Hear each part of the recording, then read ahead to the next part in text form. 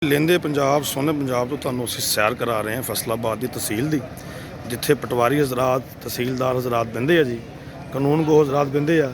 ये फैसलाबाद शहर के हब दे विच आ जी। जामिया मस्जिद खैरुल वरा अहाता है तहसील फैसलाबाद। और सामने देखो जी कचहरी बाज़ार है जी, घंटा घर तो नज़र आ रहा जी। फैसलाबाद का घंटा घर है जी, कचहरी बाज़ार। इस साइड से जिला कौंसल की बिल्डिंग जी, देखो जी, जिला कौंसल की बिल्डिंग आ गई जी, कचहरियाँ। तो जनाब तहसील आ जी, जितों तुसीं इंतकाल वगैरह कराते और खात्यां चढ़ते जी। नाल हबीब बैंक फैसलाबाद की बिल्डिंग है जी, अच्छी बिल्डिंग हबीब बैंक की जी। तो असीं हुण जा रहे हैं जी तहसील के अंदर जी। फैसलाबाद की तहसील जिदा तुहानूं असीं दिखाया जी, अब देख लो जी। लो जी, असीं अज आए हैं फैसलाबाद की तहसील लेंदे पंजाब चैनल तरफों। अज असीं घर की विरासत करानी सी ते अबू की फौत होने तो बाद अज हाज़र हुए हैं। हाफिज़ हबीब साहब एज ए गवाह आए जी, तो हाजी आसफ साहब साडे कौंसलर आ पंचायती इलैक्शन, जिन्हां नाल असीं आए हैं। तो तुहानूं असीं तारीखी बिल्डिंगां दिखाने जी। देखो जी, पाकिस्तान बनने तो पहले की ये बिल्डिंग है जी। राय अली इमरान तुसीं देख रहे होने, तहसीलदार का दफ्तर है जी। पिछे भी दफातर आ मुख्तलिफ लोगों के। राशिद महमूद साहब नायब तहसीलदार।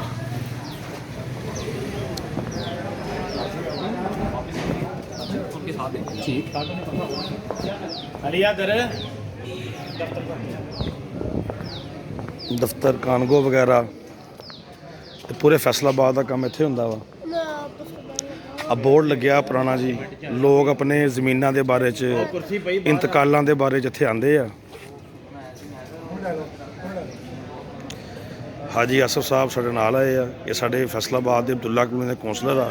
हाफिज़ हबीब रहमान साहब, ये भी अब्दुल्ला कॉलोनी के हिस्सी है। ये बतौर गवाह आए जी, जिहड़ी जगह मेरे वालिद साहब की साडे नाल ट्रांसफर होनी है।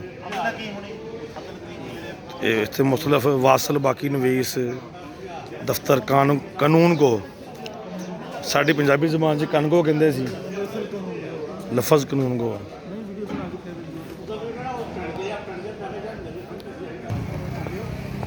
जी फैसलाबाद की तहसील जी।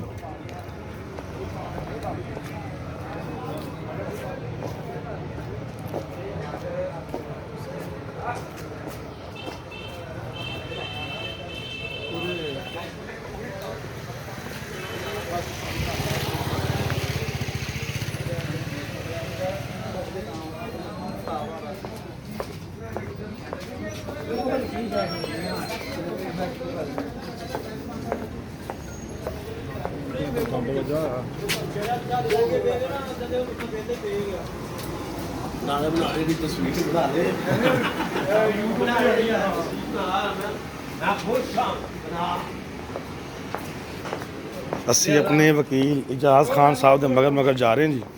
सारे वकील पटवारी भज्जे ने जी, पटवारी भी नहीं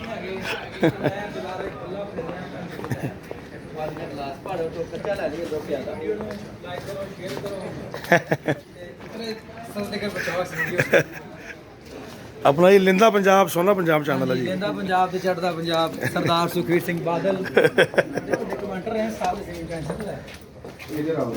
अस्सलाम वालेकुम खान साहब, आगे आइए।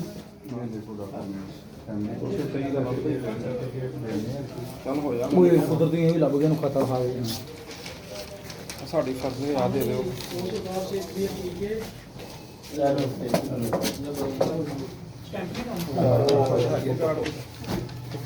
अस्सलाम वालेकुम जी। किदां दी बनवाई 15-20 दिन हो वारसां दे शनाख्ती कार्ड कल परसों का